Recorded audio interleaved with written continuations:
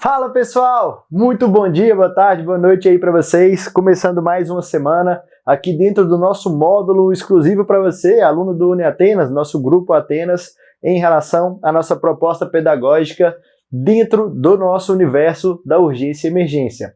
Hoje a nossa aula será focada em urgências clínicas. Então o nosso processo vai ser debater 3 situações clínicas de extrema urgência, a começar por esse tema aqui, cetoacidose diabética, a principal urgência hiperglicêmica. Cai em prova de residência? Ou se cai pra caramba, cai pra danar. Esse aqui é um tema que cai na clínica médica e também na pediatria. Então, por isso, eu convido você a ter essa atenção. Qual que é a principal e primeira dificuldade aqui dentro desse processo? A primeira e principal dificuldade no âmbito dessa aula aqui é reconhecer o paciente com cetoacidose. Então, o tratamento, todos esses pormenores, de certa forma, eles são muito protocolares. Então, você vai juntar informações, juntar o quebra-cabeça para conseguir chegar aqui na melhor proposta e então conseguir acertar a sua questão. A grande dificuldade é mesmo reconhecer o diagnóstico diferencial. E por isso, a gente vai começar a nossa missão aqui apresentando um quadro clínico. Principal das questões de residência médica, reconhecer esse paciente que, no geral, vai chegar ali com a queixa de dor abdominal, náuseas, vômitos, inapetência, aqueles 4 P's típicos da descompensação do diabetes, e também lembrar dos fatores que causam cetoacidose diabética euglicêmica. Então, atenção aos pacientes que sejam gestantes, aos pacientes que estão utilizando inibidor de SGLT2, porque isso pode ser uma armadilha dentro do seu diagnóstico. Beleza? Vamos lá? Ótimo, vamos com tudo. Nosso paciente é o Sr. Carlos, tem 52 anos e é motorista de aplicativo. Queixa principal de sentindo muito cansaço, náusea e falta de ar há 2 dias. Ele relata que há 3 dias iniciou um quadro de mal-estar geral e náuseas. Achou que fosse algo que comeu, reduziu drasticamente a alimentação e está praticamente em jejum há 24 horas, mas manteve a hidratação com água. Hoje, sua esposa notou que ele estava respirando fundo e rápido e decidiu levá-lo a serviço de urgência e emergência. Nega febre e dor torácica. Nega febre é importante aqui por quê? Então aqui a gente pensa a nível de diagnóstico diferencial, e aqui também a gente tem que considerar que um dos fatores desencadeantes para o quadro que o paciente está apresentando é eventualmente um processo infeccioso. Tranquilo aqui? Então vamos lá. De antecedentes principais, ele tem DM tipo 2, diabetes foi diagnosticado há 5 anos, jovem, né? Então ele foi diagnosticado aqui com diabetes com 47 anos de idade e é hipertenso. Suas medicações em uso tem metformina, dapaglifosina, losartan. Metformina é uma medicação da classe dos biguanidas, é talvez o principal pilar terapêutico do diabetes mellitus tipo 2. Falo talvez porque nem sempre a gente está aqui nessa aula gravada totalmente atualizado, né? Então existem aqui algumas diretrizes saindo o tempo todo da Associação de Diabetes, a ADA teve uma atualização recente aí em 2025 que advoga que em algumas situações específicas eu até posso começar o tratamento para diabetes sem utilizar metformina, isso era impensável antes do ano passado, enfim, como tudo está em mudança, a gente tem esse cuidado, essa cautela de falar aqui de forma um pouco mais abrangente. E a dapaglifosina, que é um inibidor de SGLT2, o cotransportador de sódio e glicose, lá no túbulo contorcido proximal, que ele iniciou há 2 meses pelo cardiologista e usa losartan. Losartan é uma boa indicação, uma boa medicação para esse paciente? Ou se é uma medicação que tem sim característica nefroprotetora. Então essa dupla, losartan e dapaglifosina, nesse paciente aí hipertenso, diabético, gera um importante contexto de nefroproteção. Na admissão, eu vejo um paciente em regular estado geral, desidratado, e ele está com hálito levemente frutado. No contexto neurológico, sonolento, mais desperto ao chamado e orientado. Tem 28 frequências respiratórias por minuto, então ele está taquipneico e com um padrão de Kussmaul. Sua ausculta é limpa, do ponto de vista hemodinâmico, taquicárdico e normotenso. Exames iniciais apresentam uma glicemia capilar de 168 e uma gasometria arterial com acidose grave. Essa acidose é metabólica ou respiratória? Veja bem, bicarbonato de 10, PCO2 de 22. Então o que está provocando essa queda no pH é uma queda do bicarbonato. Então é sim uma acidose metabólica de anion gap elevado. Na acidose metabólica de anion gap elevado, um importante diagnóstico diferencial é justamente a cetoacidose diabética. Mas você sabe reconhecer quem que é o paciente que tem cetoacidose diabética e eventualmente te confunde? Esse padrão, gestante, pacientes com baixa ingesta calórica, que tenham doença hepática crônica ou mesmo que utilizam também o inibidor de SGLT2. Esse perfil de paciente pode evoluir com um contexto diferente para a gente, que é a cetoacidose diabética euglicêmica. Quais que são os critérios aqui da cetoacidose diabética? Eu tenho que levar em conta 3 parâmetros. Então, para a cetoacidose diabética, eu tenho um primeiro cenário que é a hiperglicemia. Então, o clássico para vocês, o clássico para a gente aqui a nível de prova, é considerar uma glicemia plasmática maior do que 250 miligramas por decilitro. Aproveito aqui para chamar a atenção justamente em relação ao paciente do caso, que a gente também pode ter o contexto de euglicemia. Então, um paciente euglicêmico pode ter cetoacidose, e aí esse critério aqui fica revogado. Quem são os pacientes que podem ter cetoacidose diabética euglicêmica? Justamente os pacientes que eu apresentei aqui, gestantes, pacientes com baixa ingesta calórica, que tenham doença hepática crônica, também pacientes ali que têm um cenário aí de utilizarem inibidor de SGLT2. Então vou colocar isso aqui também anotado para você não esquecer. Então o paciente que utilizar ISGLT2 é um importante diagnóstico diferencial. Como que eu vou diagnosticar nesses casos? Muito claro. O paciente não vai ter o critério da glicemia plasmática aumentada, mas vai ter sim uma acidose metabólica, caracterizada por um pH arterial menor do que 7,3, bicarbonato sérico menor que 18 e um anion gap aumentado. E a cetose também tem que ser evidenciada, seja uma cetose urinária ou cetose plasmática. Então eu posso ter cetonemia ou cetonúria como critério. Então a cetoacidose diabética. Preciso de ter cetose, preciso de ter também acidose e também o diabetes, que entra aqui como critério da glicemia. Pegou? Tá bom? Muito importante essa ideia de critérios diagnósticos. E agora nós vamos migrar por ponto alto da nossa aula, que é a abordagem terapêutica do paciente em cetoacidose. Veja bem, qual que é o primeiro padrão de condutas que eu preciso obter? Justamente esse aqui. Eu estou falando de um tema discutido no seu rodízio de urgência e emergência. Então estamos diante de um paciente grave. E todo paciente no cenário de urgência, ele tem que ser avaliado com essa dinâmica.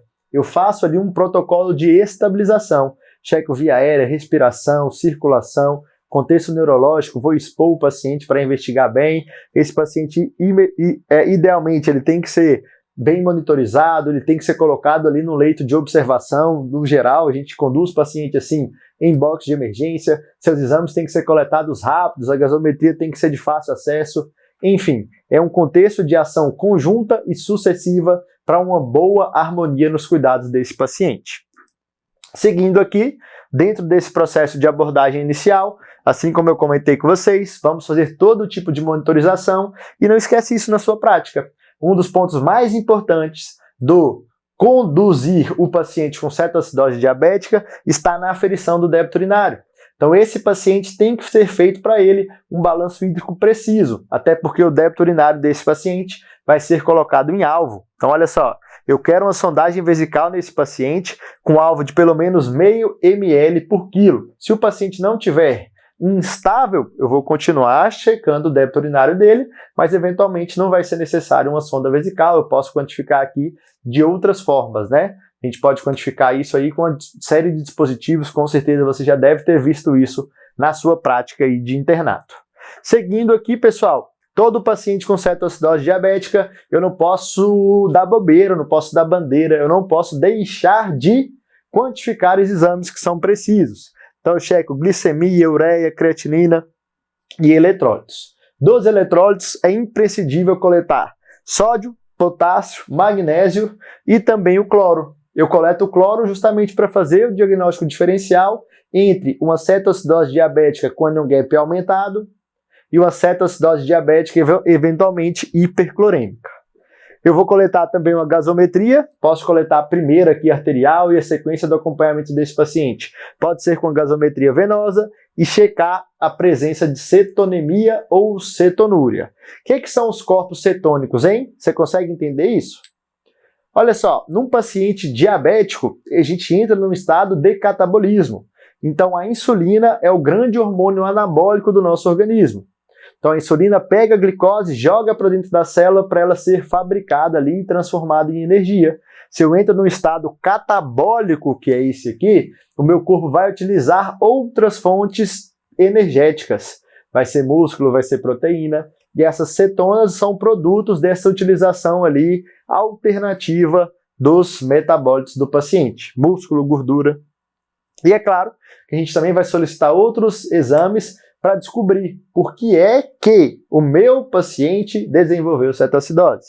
Hemograma, urina tipo 1, ureocultura, raio-x, eletro, enzimas cardíacas, enfim, eu preciso entender por que esse cara está descompensado. Passamos desse primeiro momento de atendimento inicial, eu vou para o meu primeiro pilar terapêutico, que é a hidratação. Então, o tratamento da cetoacidose diabética exige volume. Qual que é a principal armadilha aqui? Tentar correr desesperado para corrigir a glicose.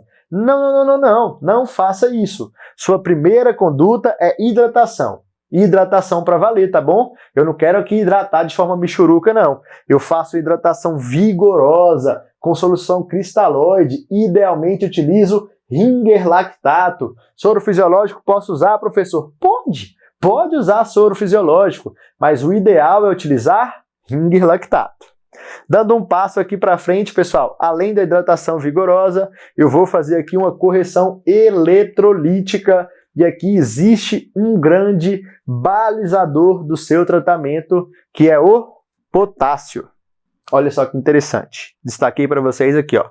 O potássio é rei no tratamento da cetoacidose diabética. Sabe por quê? A base do tratamento da cetoacidose diabética envolve a infusão de insulina. Insulina pega o potássio circulante e coloca dentro da célula. Deixa eu te contar aqui. Se você está com pouco potássio e faz insulina, você pode causar uma arritmia e seu paciente pode ir a óbito por uma iatrogenia. Então eu só faço nesse paciente aqui a insulina depois que eu checo o potássio. Deixa eu te falar aqui já como é que a gente faz esse controle. Se eu tenho um potássio menor do que 3,3, você não pode fazer insulina, cara. Primeiro você repõe, dosa o potássio de novo, e aí sim você vai poder fazer insulinoterapia. Agora, se o seu potássio está aqui entre 3,3 a 5,3, você faz as duas condutas ao mesmo tempo. Repõe potássio e infunde insulina. Agora, se for maior do que 5,3, você pode ficar de boa. Vamos de repor potássio, é só fazer insulina aqui para o seu paciente. Tranquilo? Então, o potássio na cetoacidose diabética te autoriza ou não infusão de insulina. A gente vai falar disso agora.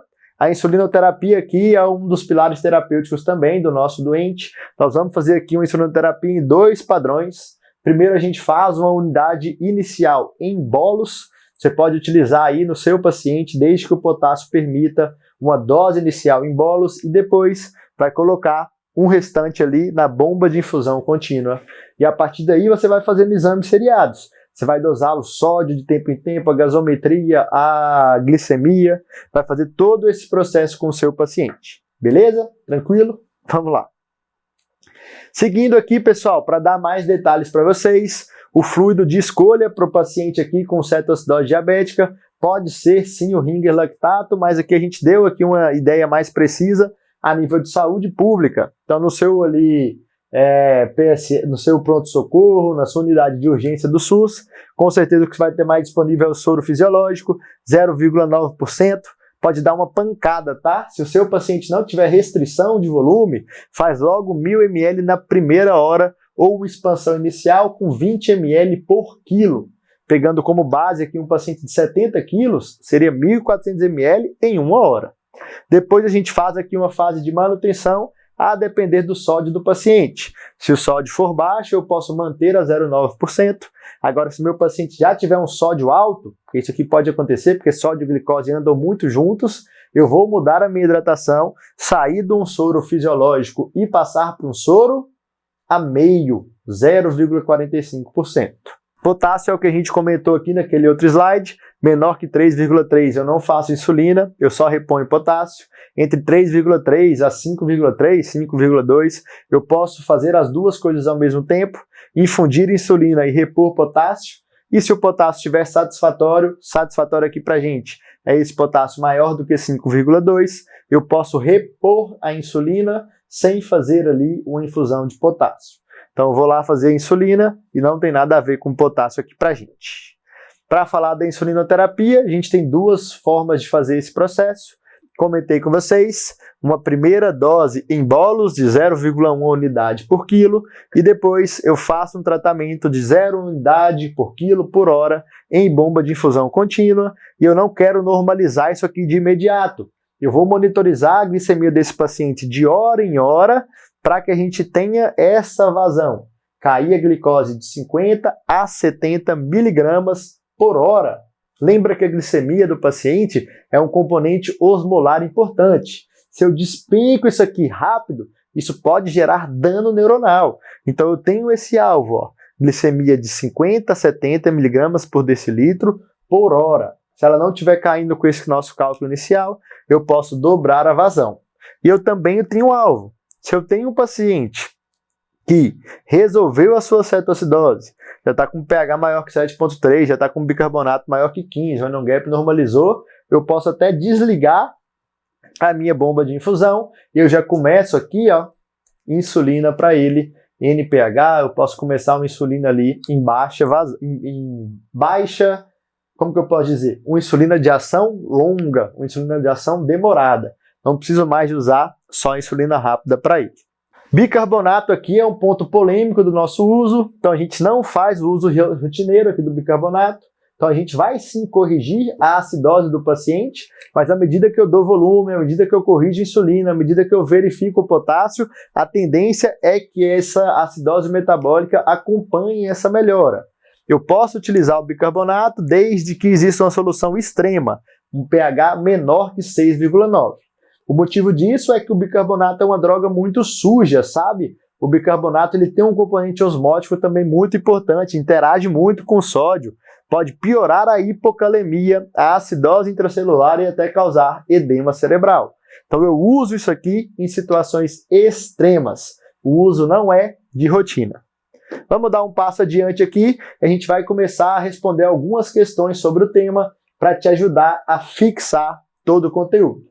Nossa primeira questão apresenta uma paciente de 19 anos, mulher, com diagnóstico de DM1 há 5 anos. Ela deu entrada na unidade de pronto atendimento com queixa de dor abdominal, náuseas e vômito. Dor abdominal, náusea e vômito em paciente diabético tem que te levar a pensar em cetoacidose diabética. Suspendeu o uso de insulina por conta própria após o término do frasco. No exame, sonolenta, desidratada, tem hálito cetônico e respiração de Kussmaul. Tá normotensa, taquicárdica.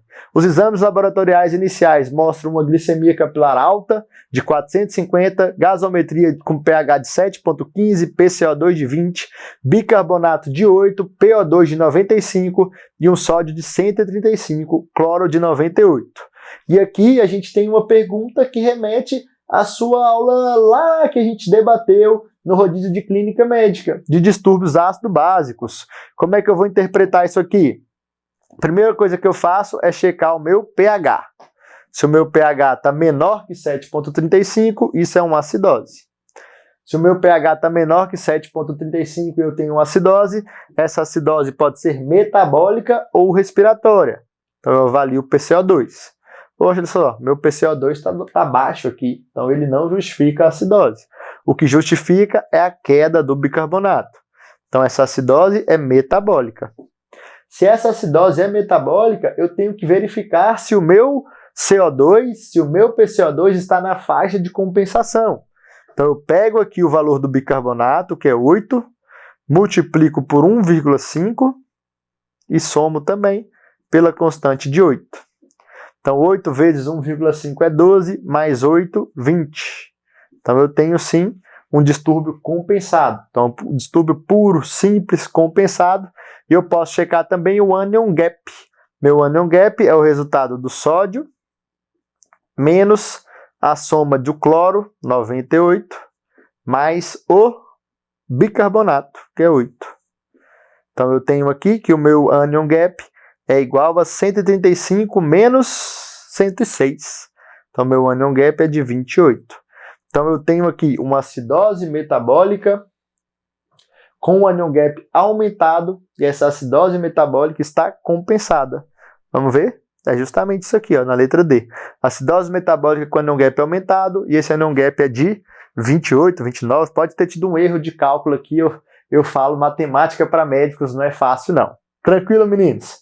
O que eu queria passar para vocês? Se tiver alguma dúvida na questão do diagnóstico dos distúrbios ácido-básicos, você pode acessar a sua plataforma, que a gente já disponibilizou para você uma aula pílula sobre interpretação de gasometria. Se eu não me engano, a gente já teve até a aula no Gabaritae sobre esse tema aqui. Então você consegue aprofundar o conteúdo e entender toda essa questão olhando outras aulas já disponíveis na nossa plataforma. Segunda questão é de uma paciente de 30 anos em tratamento para cetoacidose diabética na sala de emergência, que apresentou melhora significativa após 6 horas de manejo intensivo. Ela está alerta, orientada e aceitando dieta líquida via oral sem náuseas. A infusão de insulina venosa continua ligada e os exames de controle mostram glicemia de 180, pH de 7,35, bicarbonato de 18, anion gap normal. Considerando os critérios de resolução da CAD, qual a conduta correta? Já está aqui, ó. Administrar uma dose de insulina subcutânea e desligar a bomba de infusão venosa depois de 1 a 2 horas. Então eu já paro a minha insulina venosa de cara? Não, eu mantenho, porque eu preciso de um tempo para que as medicações de dose basal entrem em ação. Então eu vou fazer aqui a insulina subcutânea e depois de 1 a 2 horas eu encerro. Como que eu sei que o paciente pode encerrar esse tratamento? Ele tem que ter melhora da acidose e também do controle glicêmico. Então eu estou aqui com o controle glicêmico aqui abaixo de 250, ok? E o meu pH aqui já está de 7,35 na faixa normal. Posso encerrar o meu tratamento aqui, desde que eu tenha feito ali a insulina subcutânea. Agora um homem de 24 anos foi admitido no PS com risco de cetoacidose diabética. Encontra-se torporoso, desidratado e taquipneico. Após a expansão volêmica inicial com cristalóide, o médico avaliou os exames laboratoriais para decidir o próximo passo do tratamento. Nos resultados, eu tenho uma glicemia de 520, pH de 7,10, bicarbonato de 10, potássio de 3 e uma creatinina aqui normal. E aí, o que a gente faz? Veja bem, pessoal, eu posso atacar essa glicose aqui de cara? Não posso, porque o potássio é rei. Então o que eu faço para esse paciente? Hidratação venosa mais reposição de potássio. Queria fazer também bicarbonato, posso? Não pode, olha o pH, 7,10.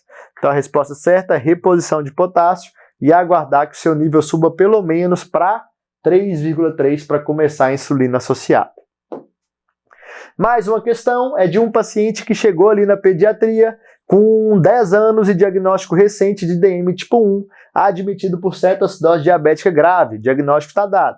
Tratamento foi iniciado com hidratação e insulina venosa e depois de 4 horas a criança que estava melhorando apresentou subitamente cefaleia intensa, vômito em jato, bradicardia e queda na escala de coma de Glasgow. A enfermagem relata que a glicemia caiu de 600 para 150. Então, o que a gente teve aqui? Um processo que gerou um edema cerebral. Então, aqui, pessoal, é o mesmo contexto lá da infusão do bicarbonato. Tem que ter cautela. Eu tenho meta para reduzir a glicemia.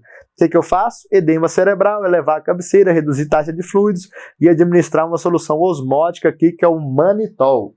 Então, o que aconteceu é um tratamento que gerou uma iatrogenia. O que provocou e desencadeou esse quadro no paciente é justamente a queda brusca, abrupta da glicemia.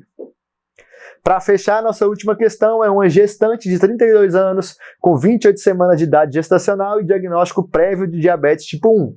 Compareceu ao pronto-socorro obstétrico com queixa de náuseas, vômitos e dor abdominal. Relata ter reduzido as doses de insulina nas últimas 24 horas. O que essa paciente tem aqui no nosso exame? Glicemia de 168, acidose metabólica e cetonúria. E aí, o que a minha paciente tem? Cetoacidose. Professor, mas cetoacidose sem hiperglicemia que justifique? Cara, ela é uma paciente gestante e também está com privação calórica. Então ela tem 2 fatores de risco que justificam para a gente, nesse cenário de cetonúria, de acidose metabólica, anion gap aumentado ou diagnóstico de cetoacidose diabética e glicêmica. Fechado? Olha só que maravilha! Aulinha bem completa para vocês, demos todas as perspectivas de discussão de questões que podem aparecer na sua prova. E é isso, aprofunda nesse conteúdo. Isso aqui não é extenso, então você precisa de dominar tudo que cai na sua prova. Se você estudar cetoacidose diabética, a prova não consegue te pegar desprevenido. Não é um tema grande demais. Você precisa de entender as dinâmicas, o diagnóstico, as classificações, o tratamento e principalmente quando interromper o tratamento, critérios de cura, cetoacidose diabética e glicêmica. Enfim, você tem condição de se tornar expert nesse assunto nos próximos dias. Confio em você para um bom trabalho. Tchau, tchau!